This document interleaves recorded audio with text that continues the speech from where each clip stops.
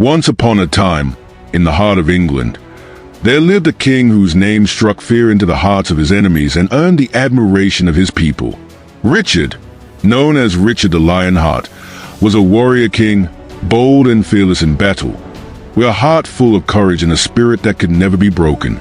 Richard was the son of King Henry II and Eleanor of Aquitaine, born into a legacy of power and conflict. From a young age, he was trained in the arts of war, sword in hand, ready to defend his kingdom from any who threatened it. But as he grew older, Richard became not just a protector of England, but a hero of legend, his name whispered across Europe. The story of Richard the Lionheart's greatest adventure began in the distant lands of the Holy Land. The Crusades, a series of holy wars, were waged to reclaim Jerusalem from the Muslim forces. Richard, eager to prove his valor, answered the call, setting sail with his knights for the war-torn lands of the Middle East. The journey was long and treacherous, filled with storms and danger. Yet Richard's resolve never wavered. As they arrived in the Holy Land, Richard's army, alongside his French allies, engaged in a series of fierce battles against the Saracens, led by the great Sultan Saladin. The two leaders, Richard and Saladin, became legendary for their skill, honor, and respect for each other, even amidst the horrors of war. In one of the most memorable encounters, Richard and his army laid siege to the city of Acre.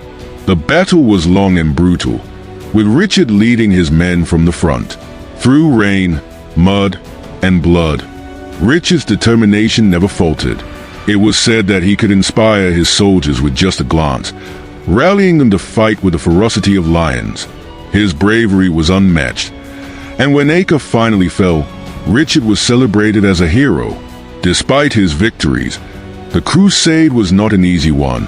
Richard faced numerous challenges, from the constant threat of Saladin's forces to the treacherous politics of his allies.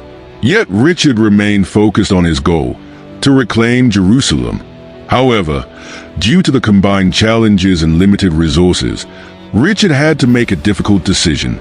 He was forced to sign a truce with Saladin, allowing Christians safe access to Jerusalem without fully conquering the city. While Richard's heart was heavy with the decision, he returned to England, his mind always fixed on his kingdom and his people. But his journey back was far from over. On his way home, Richard was captured by the Duke of Austria, a former ally turned enemy, and was imprisoned in a foreign land. The ransom demanded for his release was astronomical, but his people, led by his mother, Queen Eleanor, raised the funds and freed their beloved king. Richard's return to England was met with great joy, but his reign was not to last forever. In the years that followed, Richard continued to defend his kingdom and embark on battles across Europe. However, it was not on the battlefield where Richard's greatest strength lay, but in his legacy.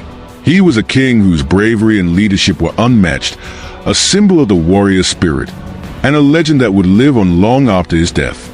Richard the Lionheart passed away at the age of 41, struck down by a wound from a crossbow during a siege. His death was mourned across the land, but his memory lived on. He became a symbol of honor, courage, and the warrior spirit. His name forever etched in history as one of the greatest kings who ever lived. And so, the tale of Richard the Lionheart lived on through the ages. A tale of a king whose heart was as fierce as a lion's and whose legacy would never fade.